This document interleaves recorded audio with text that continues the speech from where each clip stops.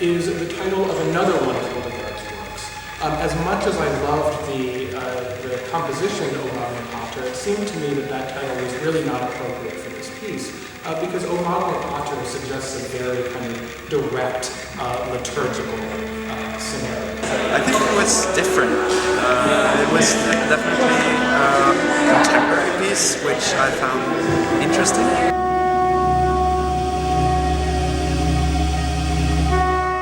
So a lot of my recent works have come from poetry or from visual art.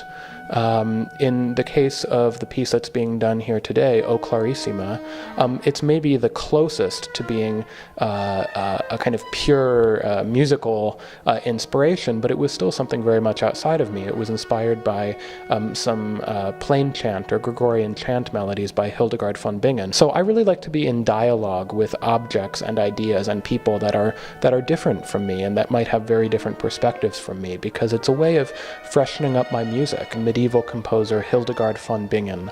She lived and worked in the 12th century in Western Europe, and she was really a wonderful and very prolific composer, mostly of church music.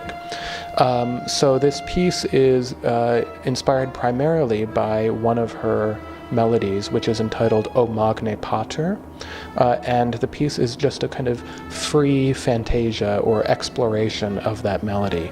The title of the piece is O Clarissima, which is the title of another one of her compositions, and there I'm sort of referring to metaphorically the idea of clarissima, of brightness and clearness, which I sort of see my piece for viola and piano as striving toward. And in short, there's two sources of inspiration. Both of them are musical. Both of them are by Hildegard von Bingen. One of them is a kind of literal musical inspiration, quoting and embellishing and developing Hildegard's music, and the other one is a kind of metaphorical inspiration for the kind of general nature of the piece. There are 3 verses, what I call verses, and each verse takes that melody by Hildegard entitled O Magne Pater and explores it in some way. Generally speaking, to be over simplistic about it, the first verse is relatively simple, and in verse 2 and then again in verse 3 the music becomes a little more complex, more embellished, more ornamented, more intense in certain ways. I was a student at the time at the Guildhall School of Music and Drama in London, and everybody on the course that year had to write a piece for a string instrument and a piano. I was asked to write for viola and piano. It was an accident in a way, or there was no particular reason beyond what I've just said that this piece was for viola and piano. But actually it turned out to be a very happy situation, because I think that this melody by Hildegard, O Magne Pater, that I refer to and quote at various times in the piece actually lends itself very well. Maybe not so much thinking about the specific audience, but certainly thinking about particular performers, right? So, not only has my music been played in different places, but it's been played by different people in those different places. And it's really important to me that when I'm composing, I think about the people who are going to play it. And so there are certain pieces I have that were, designed for particular people in particular places, or written for them in those places at least.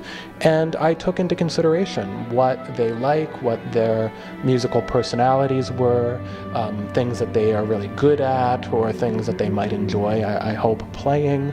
I think it's a dangerous game to start thinking about, I can do this or I can't do this just because somebody is or isn't going to hear it. It's really important to hang on to your own ideas and your own trajectory as an artist. I've had wonderful teachers in my graduate work who have exposed me to a lot of ideas that I simply wasn't aware of as an undergraduate. And I've come into contact with so many wonderful musicians who have had a big influence on me.